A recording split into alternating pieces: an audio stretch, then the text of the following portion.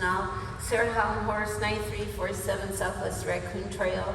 I live out in Hidden Acres. I'm surrounded on two sides by ranch land, and I live out there for the wildlife. I planted for a quail, in fact, and I got the quail back. So, all right. As we can see now in Sarasota County, comprehensive plans can change with the wrong commissioners to the detriment of the environment. Federal law can change. Endangered species can become downgraded for political reasons. Fortunately, the Migratory Bird Act was recently restored, but if the land is mine, we can't go back and change it. It's permanent. The natural ecosystems that supported the threatened endangered species, gone. What supports Charlotte Harbor Estuary, gone.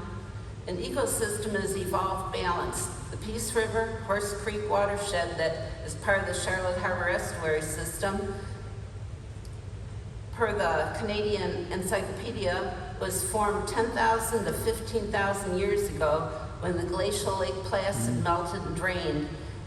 The marine fossils in it are 5.15 million years old. And the coffee color of the Peace River is due to the high content of tannin leached from the leaves of peat and organic material. It flows through from the wetlands. The forest, what they call the overburden, is what that is, the natural system of the estuary. The plants and animals have evolved to live here, who have inhabited this region, developed from tortoises, well, the tortoises did, developed from tortoises 60 million years ago. They didn't evolve to be mobile and adaptive as humans are. In gophers, a study in conservation genetics found distinct genetic differences when populations were tested throughout the state. Populations evolved for their location. The tortoises in DeSoto County adapted for this region. Gopher burrows provide habitat for 60 vertebrate and 300 invertebrate commensal species, and many are protected. They have lived in Southwest Florida regions for at least 12,000 years, the gophers have, okay?